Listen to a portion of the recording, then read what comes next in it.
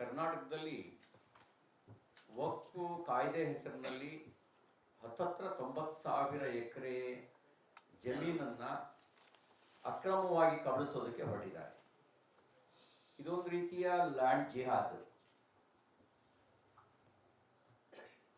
ಬಿಜಾಪುರ ಜಿಲ್ಲೆ ಒಂದರಲ್ಲೇನೆ 14,000 ಎಕರೆ. ಇಲ್ಲಿ ನಾವು ಮಿಸ್ರಿಕೋಟೆಗೆ ಹೋಗಿದ್ವಿ, 140 ಎಕರೆ ಒಂದು ಗ್ರಾಮದಲ್ಲಿ. ಧಾರವಾಡ ಜಿಲ್ಲೆನಲ್ಲಿ ನೋಟಿಸ್ ಕೊಟ್ಟಿರೋದು, ಗೆಜೆಟ್ ನೋಟಿಫಿಕೇಶನ್ ಮಾಡಿರೋದು ಎಲ್ಲ ಸೇರಿದ್ರೆ ಹತ್ತತ್ರ 3,000 ಎಕರೆಗೂ ಹೆಚ್ಚು ಧಾರವಾಡ ಜಿಲ್ಲೆ ಒಂದರಲ್ಲೇ ಬರುತ್ತೆ. ಕೆಲವು ದಿನಗಳ ಹಿಂದೆ ಹಾವೇರಿ ಜಿಲ್ಲೆಗೆ ಹೋಗಿದ್ವಿ. ಹಾವೇರಿ ಜಿಲ್ಲೆನಲ್ಲೂ ಇದೇ ಕಥೆ ಇದೆ. ಇದರೊಳಗಡೆ 1500 ವರ್ಷಗಳ ಸೋಮೇಶ್ವರ ದೇವಾಲಯ ಸೇರಿದೆ. 1500 ವರ್ಷದ ಹಿಂದೆ ಜಗತ್ನಲ್ಲಿ ಎಲ್ಲಿ ಇಸ್ಲಾಂ ಇತ್ತು? 1500 ವರ್ಷದ ಚಾಲುಕ್ಯರ ಕಾಲದ ಸೋಮೇಶ್ವರ ದೇವಾಲಯವನ್ನ ಇವತ್ತು ವಕ್ಫ್ ಪ್ರಾಪರ್ಟಿ ಅಂತ ನೋಟಿಫಿಕೇಶನ್ ಮಾಡ್ಕೊಂಡಿದ್ದಾರೆ, ಗೆಜೆಟ್ ನೋಟಿಫಿಕೇಶನ್. 13ನೇ ಶತಮಾನದ ವಿರಕ್ತ ಮಠ ಸಿಂದಗಿಯಲ್ಲಿ, ಅದನ್ನು ಗೆಜೆಟ್ ನೋಟಿಫಿಕೇಶನ್ ಮಾಡಿದ್ದಾರೆ. ಮಲ್ಲಿಕಾಫರ್ನ ದಾಳಿ ಆಗುವವರೆಗೂ ದಕ್ಷಿಣಕ್ಕೆ ಇಸ್ಲಾಂ ಬಂದಿರಲಿಲ್ಲ. ಆದರೆ ಬಿಜಾಪುರ ಜಿಲ್ಲೆ ಸಿಂದಗಿನಲ್ಲಿ ವಿರಕ್ತ ಮಠವನ್ನು ವಕ್ಫ್ ಬೋರ್ಡ್ ಅಂತ ಮಾಡ್ಕೊಂಡಿದ್ದಾರೆ. ಸಿದ್ದರಾಮಯ್ಯನವರು ಹೇಳ್ತಿರ್ತಾರೆ ಯಾವಾಗಲೂ, ನಾನು ಸಿದ್ದರಾಮುಲ್ಲಾ ಖಾನ್ ಅಂತ ಹೇಳಿ ಟೀಕೆ ಮಾಡಿದಾಗ ಅವ್ರು ಹೇಳಿದ್ರು, ನಾನು ಸಿದ್ದರಾಮಯ್ಯ ಕುರುಬ ಜನಾಂಗಕ್ಕೆ ಸೇರಿದವನು, ನನ್ನ ಮನದೇವರು ಬೀರಲಿಂಗೇಶ್ವರ ಅಂತ. ಅವರ ಮನದೇವರು ಬೀರಲಿಂಗೇಶ್ವರನ ಗುಡಿ ಕಲಬುರಗಿ ಜಿಲ್ಲೆ ಅಳಂಗ ತಾಲೂಕಿನಲ್ಲಿ, ಅದು ವಕ್ಫ್ ಬೋರ್ಡ್ ಅಂತ, ವಕ್ಫ್ ಪ್ರಾಪರ್ಟಿ ಅಂತ ಡಿಕ್ಲೇರ್ ಮಾಡ್ಕೊಂಡಿದ್ದಾರೆ. ಹಿಂದೂ ಸ್ಮಶಾನ ವಕ್ಫ್ ಪ್ರಾಪರ್ಟಿ ಆಗಿದೆ. ಚಿಕ್ಕಬಳ್ಳಾಪುರ ಜಿಲ್ಲೆನಲ್ಲಿ ವಿಶ್ವೇಶ್ವರಯ್ಯನವರು ಓದಿದ ಶಾಲೆ ಮುದ್ದೇನಹಳ್ಳಿ, ಆ ಶಾಲೆ ಇವತ್ತು ವಕ್ಫ್ ಪ್ರಾಪರ್ಟಿ ಅಂತ ಡಿಕ್ಲೇರ್ ಮಾಡ್ಕೊಂಡಿದ್ದಾರೆ, ಕನ್ನಡ ಶಾಲೆ. ಆಸ್ಪತ್ರೆ, ಕೆರೆ ಇವೆಲ್ಲವೂ ವಕ್ಫ್ ಪ್ರಾಪರ್ಟಿ ಅಂತ ಡಿಕ್ಲೇರ್ ಮಾಡ್ಕೊಂಡಿದ್ದಾರೆ. ದಾನ ಕೊಟ್ಟ ಜಮೀನನ್ನ ನಿರ್ವಹಣೆ ಮಾಡೋದಕ್ಕೆ ವಕ್ಫ್ ಬೋರ್ಡ್ ಸ್ಥಾಪನೆ ಆಗಿತ್ತು. ಕಂಡವರ ಆಸ್ತಿಯನ್ನ ಕಬಳಿಸೋದಕ್ಕಲ್ಲ. ಕಂಡ ಆಸ್ತಿಯೆಲ್ಲ ನಂದು ಅಂತ ಹೇಳಿ ಬೇಲಿ ಹಾಕೊಳ್ಳೋದಕ್ಕೆ ಅಧಿಕಾರವನ್ನ ಕೊಟ್ಟಿಲ್ಲ. ಆದ್ರೆ ಏನಾಗಿದೆ, 1954-55ರಲ್ಲಿ ನೆಹರು ಸ್ವತಂತ್ರ ನಂತರ ವಕ್ಫ್ ಕಾಯ್ದೆ ಮೂಲಕ ವಕ್ಫ್ ಪ್ರಾಪರ್ಟಿ ನಿರ್ವಹಣೆ ಮಾಡೋದಕ್ಕೆ ಒಂದು ಬೋರ್ಡ್ ಅನ್ನು ಕಾನ್ಸ್ಟಿಟ್ಯೂಟ್ ಮಾಡಿದ್ರು. 1995ರಲ್ಲಿ ಪಿ ವಿ ನರಸಿಂಹರಾವ್ ಪ್ರಧಾನಮಂತ್ರಿಯಾಗಿದ್ದಾಗ ಅದಕ್ಕೊಂದು ಅಪರಿಮಿತವಾಗಿರ್ತಕ್ಕಂಥ ಅಧಿಕಾರವನ್ನು ಕೊಟ್ಟರು. 2013ರಲ್ಲಿ ಅದಕ್ಕೆ ಇನ್ನಷ್ಟು ಬಲವನ್ನ ಪಿ ವಿ ನರಸಿಂಹರಾವ್ ಕೊಟ್ಟರು. ಅದ್ರಲ್ಲಿ ಏನು ಅಂತ ಹೇಳಿದ್ರೆ, ಯಾವುದೇ ಆಸ್ತಿಯನ್ನ ವಕ್ಫ್ ಬೋರ್ಡ್ ತನ್ನ ಪ್ರಾಪರ್ಟಿ ಅಂತ ಘೋಷಣೆ ಮಾಡ್ಕೊಂಡ್ರೆ ಅವರು ದಾಖಲೆ ಸಲ್ಲಿಸಬೇಕಾಗಿಲ್ಲ. ಯಾರು ವಿಕ್ಟಿಮ್ ಇದ್ದಾನೆ ಅವನು ದಾಖಲೆ ಸಲ್ಲಿಸ್ಬೇಕು, ಸಂತ್ರಸ್ತ ದಾಖಲೆ ಸಲ್ಲಿಸ್ಬೇಕು. ಎಲ್ಲಿಗೆ ಸಲ್ಲಿಸ್ಬೇಕು? ನ್ಯಾಯಾಲಯಕ್ಕಲ್ಲ, ವಕ್ಫ್ ಟ್ರಿಬ್ಯುನಲ್ಗೆ ಹೋಗಿ ಸಲ್ಲಿಸ್ಬೇಕು. ನಾನು ಮುಖ್ಯಮಂತ್ರಿ ಸಿದ್ದರಾಮಯ್ಯನವರಿಗೆ ತಮ್ಮ ಮೂಲಕ ಕೇಳಿಕ್ ಬಯಸ್ತೇನೆ. ಸಿದ್ದರಾಮಯ್ಯನವರೇ, ನೀವು ಲಾ ಗ್ರಾಜ್ಯುಯೇಟ್, ಕೆಲವು ಕಾಲ ವಕೀಲರಾಗೂ ಪ್ರಾಕ್ಟೀಸ್ ಮಾಡಿದವರು, ಆಳವಾದ ಕಾನೂನಿನ ಜ್ಞಾನ ಇರೋರು. ನಾನು ಮುಖ್ಯಮಂತ್ರಿಗಳಿಗೆ ಕೇಳ್ತೀನಿ, ಕುರಿ ತೋಳನ ಹತ್ರ ನ್ಯಾಯ ಕೇಳಿದ್ರೆ ತೋಳ ನ್ಯಾಯ ಕೊಡುತ್ತಾ?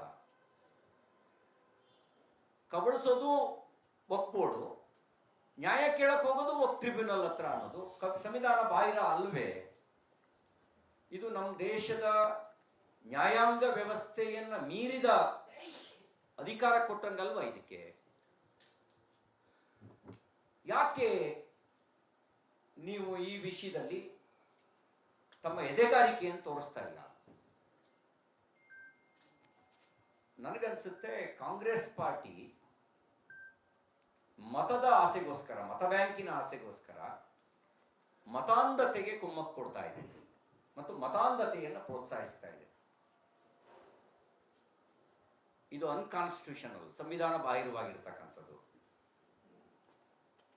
ಅದಕ್ಕೆ ನಮ್ಮ ಹೋರಾಟ ರೈತರ ಪರ, ನಮ್ಮ ಹೋರಾಟ ದಲಿತರ ಪರ, ನಮ್ಮ ಹೋರಾಟ ಸಂವಿಧಾನದ ಪರ. ಸಂವಿಧಾನದ ಮೇಲೆ ಸರಿಯಾವನ್ನ ಎತ್ತಿ ಕಟ್ಟುವ ಕೆಲಸ ಕಾಂಗ್ರೆಸ್ ಪಾರ್ಟಿ ಮಾಡಿದೆ. ಅದನ್ನ ನಿಲ್ಲಿಸಬೇಕು ಅಂತ ಆಗ್ರಹಿಸ್ತೇನೆ. ಮತ್ತು ರೈತರು ಮತ್ತು ದಲಿತರ ಪಾಲಿಗೆ ಇದೊಂದು ಮರಣ ಶಾಸನದ ರೀತಿಯಲ್ಲಿ ಈ ಕಾಯ್ದೆಯನ್ನು ತಂದಿದ್ದಾರೆ. ಈ ಕಾಯ್ದೆ ರದ್ದಾಗಬೇಕು. ಈಗ ನೀವು ಗೆಜೆಟ್ ನೋಟಿಫಿಕೇಶನ್ ರದ್ದಾಗಿಲ್ಲ, ಕೇವಲ ನಮ್ಮ ಹೋರಾಟಕ್ಕೆ ಮಣಿದು ಉಪಚುನಾವಣೆ ಹಿನ್ನೆಲೆಯಲ್ಲಿ ಪಹಣಿಯ ಕಾಲಂ ನಂಬರ್ 11 ಮಾತ್ರ ವಾಪಸ್ ತೆಗೆದುಕೊಂಡಿದ್ದೀವಿ ಅಂತ ಹೇಳಿದಿರಿ. ಈ ಕಾಯ್ದೆ ಎಲ್ಲಿವರೆಗೂ ಇರುತ್ತೆ ಅಲ್ಲಿವರೆಗೂ ಇದು ತೂಗು ಕತ್ತಿ ಇದ್ದಂತೆ, ಯಾವತ್ತು ಬೇಕಾದರೂ ಇದು ಮರಣ ಶಾಸನ ಆಗ್ಬೋದು. ಹಾಗಾಗಿ ಕಾಯ್ದೆ ರದ್ದಾಗಬೇಕು. ಎಲ್ಲ ಸಮಗ್ರ ದಾಖಲೆಗಳನ್ನು ಪರಿಶೀಲನೆ ಮಾಡಿ ದಾನ ಕೊಟ್ಟಿದ್ರೆ ದಾನ ಕೊಟ್ಟ ಆಸ್ತಿಯ ನಿರ್ವಹಣೆ ಮಾತ್ರ ವಕ್ಫ್ ಬೋರ್ಡಿಂದು. ಕಂಡಿದ್ದೆಲ್ಲ ಇವರು ವಕ್ಫ್ ಬೋರ್ಡ್ನಲ್ಲಿ ರೆಗ್ಯುಲೇಷನ್ ಮಾಡಿಕೊಂಡು ನಿರ್ಣಯ ಮಾಡಿ ಗೆಜೆಟ್ ನೋಟಿಫಿಕೇಶನ್ ಹೊರಡಿಸಿ ಅದನ್ನು ನಮ್ದು ಅಂತ ಹೇಳುವಂಥ ಪದ್ಧತಿ ಅದು ಸಂವಿಧಾನ ಬಾಹಿರವಾಗಿರ್ತಕ್ಕಂಥದ್ದು ಮತ್ತು ಕಾನೂನಿನ ಉಲ್ಲಂಘನೆ ಮಾಡ್ತಕ್ಕಂಥದ್ದು. ಹಾಗಾಗಿ ಇದ್ರ ವಿರುದ್ಧ ನಾವು ಜನಾಭಿಪ್ರಾಯವನ್ನು ರೂಪಿಸ್ತೇವೆ. ಕಾಂಗ್ರೆಸ್ ಪಾರ್ಟಿ ತಮ್ಮ ನಿಲುವನ್ನು ಸ್ಪಷ್ಟಪಡಿಸಬೇಕು. ನೀವು ಸಂವಿಧಾನದ ಪರನೋ ಶರಿಯಾ ಪರನೋ ಅನ್ನೋದನ್ನ ನಾವು ಸ್ಪಷ್ಟವಾಗಿದ್ದೀವಿ. ನಾವು ಸಂವಿಧಾನದ ಪರ. ನೀವು ಶರಿಯಾ ಪರ ಅಲ್ಲ ಅನ್ನೋದಾದ್ರೆ ಈ ಅಕ್ರಮ ಕಾಯ್ದೆಯ ಬಗ್ಗೆ ನಿಮ್ಮ ನಿಲುವೇನು? What is your stand? ಅದನ್ನು ಸ್ಪಷ್ಟಪಡಿಸಬೇಕು ಅಂತೇಳಿ ಆಗ್ರಹಿಸ್ತೇವೆ. ಜಮೀರ್ ಅಹಮದ್ ಖಾನ್ ಅವರು ಹೋಗಿ ವಕ್ಫ್ ಟ್ರಿಬ್ಯುನಲ್ಲು ಎಂಥದ್ದು ವಕ್ಫ್ ಅದಾಲತ್ ನಡೆಸ್ತಾ ಇದ್ದಾರೆ. ಯಾವ ಕಾಯ್ದೆ ಅಡಿನಲ್ಲಿ ಅದಾಲತ್ ನಡೆಸ್ತಾ ಇದ್ದಾರೆ? ಅಲ್ಲಿ ಬೆದರಿಕೆ ಹಾಕ್ತಾರೆ ಅಧಿಕಾರಿಗಳಿಗೆ. 1 ತಿಂಗಳೊಳಗಡೆ RTC ಒಳಗೆ ನಮೂದು ಮಾಡದೇ ಇದ್ರೆ ನಿಮ್ಮನ್ನೆಲ್ಲ ಸಸ್ಪೆಂಡ್ ಮಾಡ್ತೀವಿ ಅಂತ ಬೆದರಿಕೆ ಹಾಕಿದ್ದಾರೆ. ಮುಖ್ಯಮಂತ್ರಿಗಳ ಬೆಂಬಲ ಇದೆ ಅಂತ ಅವ್ರು ಸ್ಪಷ್ಟವಾಗಿ ಹೇಳಿದ್ದಾರೆ.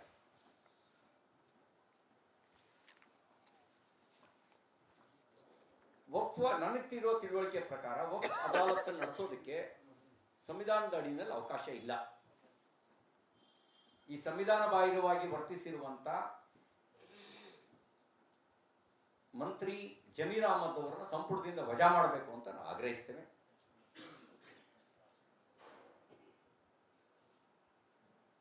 ಯಾವ್ಯಾವುದನ್ನು ಇದುವರೆಗೂ ವಕ್ಫ್ ಅಂತ ಹೇಳಿ ದಾಖಲಿಸಿದ್ದಾರೆ ಅದೆಲ್ಲದರ ಪರಿಶೀಲನೆ ಆಗಬೇಕು.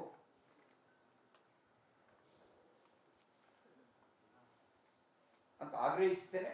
ಮತ್ತು ಮುಖ್ಯಮಂತ್ರಿಗಳಿಗೆ ಕೇಳಿಕ್ ಬಯಸ್ತೇನೆ, ವಕ್ಫ್ ಅದಾಲತ್ ನಡೆಸೋದಕ್ಕೆ ಭಾರತದ ಯಾವ ಕಾನೂನು ಅಡಿಯಲ್ಲಿ, ಸಂವಿಧಾನದ ಯಾವ ವಿಧಿಯ ಅಡಿಯಲ್ಲಿ ಅವಕಾಶ ಮಾಡಿಕೊಡಲಾಗಿದೆ ಅಂತ ಮುಖ್ಯಮಂತ್ರಿಗಳು ಸ್ಪಷ್ಟಪಡಿಸಬೇಕು.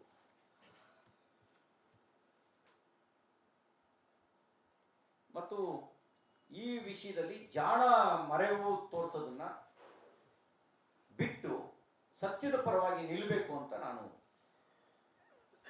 ಕಾಂಗ್ರೆಸ್ ಪಾರ್ಟಿಗೆ ಮತ್ತು ಮಾನ್ಯ ಮುಖ್ಯಮಂತ್ರಿಗೆ ಆಗ್ರಹಿಸಲಿಕ್ಕೆ ನಾನು ಬಯಸ್ತೇನೆ. ಯಾವುದೇ ಆಸ್ತಿಯನ್ನು ಅವರು ನೋಟಿಫಿಕೇಶನ್ ಮಾಡಿಕೊಳ್ಳುವಂತ ಅಧಿಕಾರ ಕೊಟ್ಟಿರೋದೇ ಒಂದು ಮಹಾಪರಾಧ.